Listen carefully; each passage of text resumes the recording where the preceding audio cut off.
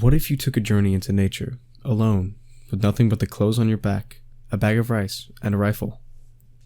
You escape society and solely hear the chirping of birds for miles, the trees swaying with the wind, and the rushing streams that run alongside you.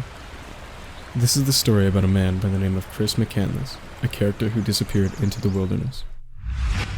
In April of 1992, Chris ventured into the Alaskan forest alone. He burned all of his money, dismantled all of his communications, ditched his car, and left.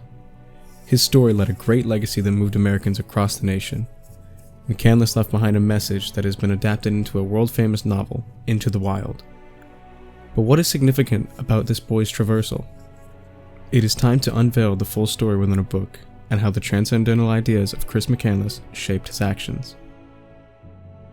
One of the major ideas of Transcendentalism involves a great connection to nature, and we can even find these ideas in the very title, Into the Wild, which explains McCandless' mission very clearly. The book states that Chris had completely gone off the grid, relying solely on the environment around him.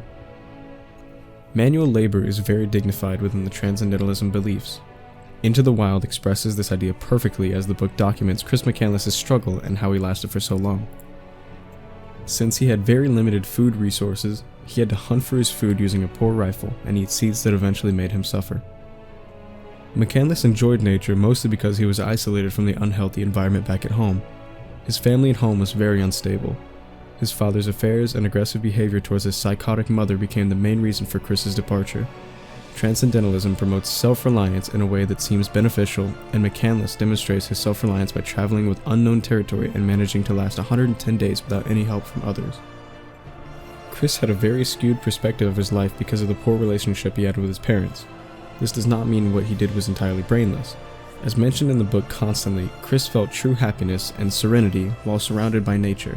It heavily influenced his decision into walking into the wild. His last message before passing away was a note. It read, "I have had a happy life and thank the Lord. Goodbye and may God bless all."